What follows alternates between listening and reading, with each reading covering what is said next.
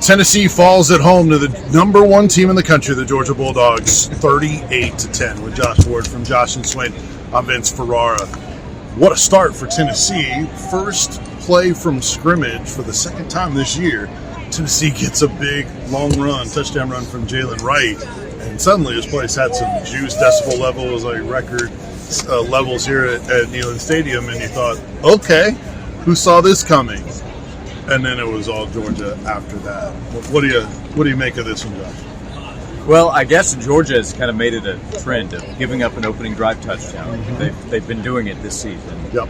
And then they beat up on their opponent from there. Right. And they did that to Tennessee today. It was not a ball game after that. So you have a 7-0 lead. That means it's 38-3 from there. And Tennessee made a few plays, but Georgia controlled the entire game after Jalen Wright's touchdown. And Georgia it's the number one team in the country, maybe the best team in the country again. It's been the best program in the country for the last 3 years.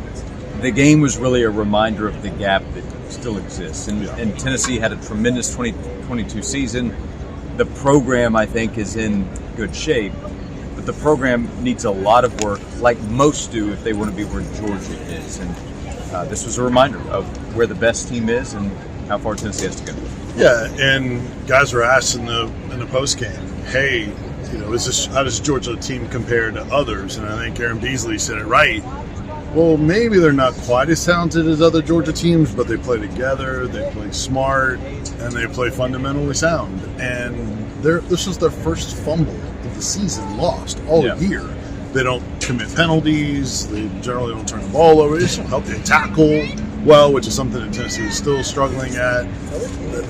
They have the total package. They have the 5 stars, and they play sound. Yeah, they're well coached, and I know it's easy to look at a team that has a ton of talent and want to take away from the coaching staff. The coaching staff has done a great job. Part of it is making sure your team stays focused when they know they're that much more talented than the opponent, and it makes them the total package. I don't know if they'll win the national title, but they're going to have a shot to play for it. They'll play Alabama for the SEC title, and if they win that, they're going back again for a three-peat opportunity. For Tennessee, they just the offensive line didn't really have a chance to match up with Georgia's defensive line. Even if Tennessee were at 100% on the offensive line, they were without the 2 starting tackles, then they would have been at a disadvantage. The defense isn't at the level that it was earlier in the year. And part of that today was probably because of Georgia, but the last 3 SEC games, Kentucky, Missouri, and now Georgia, the defense has had problems. Third down defense is awful, and Georgia was able to take advantage of it. Georgia was 9 of 13 on third down offensively. I mean, if you can't get off the field at that kind of alarming rate, you're just not going to win. And then Tennessee couldn't sustain drives on offense on third down. So, in the post game, Josh Heupel said it was disappointing, which is kind of what he said a bunch after the Missouri game. Still thinks the team is fighting. I know some may debate on the effort that they might be giving right now. They're clearly outmanned. Right. And, and then Joe Milton talked about execution, which is something that he has done regularly. And so it's tough. It's a whole lot of things. It's not just one thing. Right. We're still talking about some of the same things we talked about early in the season when we wondered, okay, could these be issues? Receivers have to help Joe. Joe has to make more plays. Not sure what he's seeing at different times. But the result is very disappointing, and you could hear it in Josh Heupel's voice. His words described it. In back-to-back weeks, they don't score in the second half. 3 times this season, Tennessee has been shut out in the second half. It happened at Alabama as well, and only 2 touchdowns combined in the last 2 weeks. A year ago, Tennessee had the best scoring offense in the country. So it's been a dramatic drop-off, and that can't happen because of one reason. Quarterback is a part of it. From Hendon Hooker to Joe Milton, there is a tremendous drop-off. There have been drop-offs at other positions. Jalen Hyatt to other receivers in this offense, losing Brew McCoy. These aren't excuses for Tennessee. I mean, if they had a few of these guys we're talking about, they still lose to Georgia today. Right. But it doesn't help when they have these deficiencies. Yeah, and obviously we're going to get a lot of comments on this video and on our shows. Hey, where's Nico? Why can't we just go to Nico? Because fans have wanted them to go to Nico prior to this. He's had 3 games played right now. Sadly, none of those are very long stints of experience for him. But Josh Heupel was asked about why They considered Nico. Is it because he's only played 3 games? You don't want to get to that threshold of 4 for redshirt. Is that a good enough reason for Tennessee to not get Nico experience? Because if he's a talented player, maybe he's not going to stick around for all of his years of eligibility. Well, it is a different message from August. August, the message was not worried about a red shirt. So something has changed. Maybe it's just that they're at this point in the season and might as well take it and get it. So he can still play in the Vanderbilt game and red shirt. And I think there's a good chance we could see him next week with the way that game is set up. But I think there are going to be multiple reasons to want to see Nico. If you want to see Nico because you think his offense needs something different, he has a ton of talent. Let's see what he can do. I get it. If you just want to see him because you're excited about what he might be able to do and you want to see him on the field, like the UConn game only getting a couple of series, fans being disappointed by that, totally get it. Right. I don't think getting a series or 2 against Georgia helps him for next year. So if it's about getting experience for 2024 and beyond, I don't think he's going to be a better quarterback than that. Potentially worse, maybe. Like if he's playing in this kind of game, it's not setting him up for success.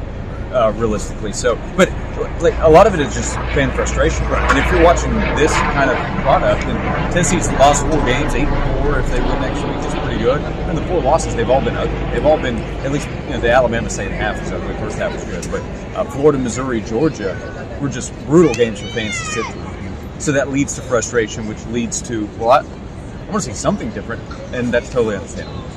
And Tennessee has no answers for runs in all those games. It's just gotten completely away from it, and it goes downhill. So very difficult. Josh, I think now you have to think about the Vanderbilt game in just how much of a lock that is. Where fans it's just been assumed that they win that game. I've assumed they'll win that game up to this point.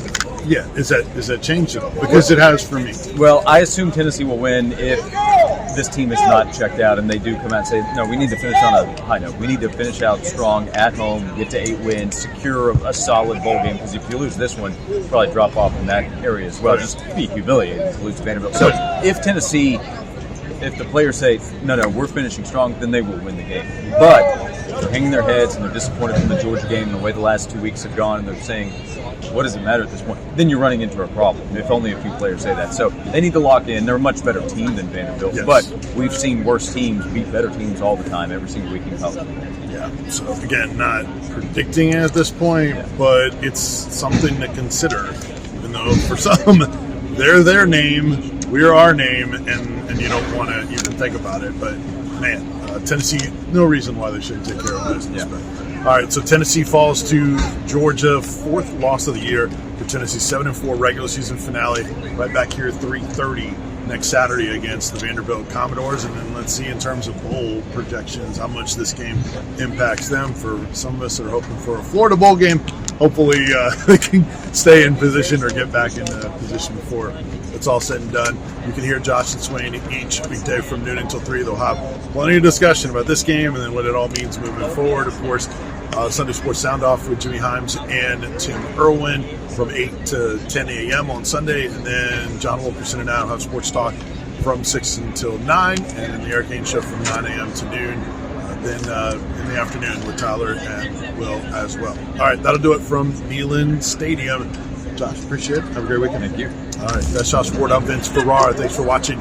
Be sure to check out all of our content at 991thesportsnl.com. See you.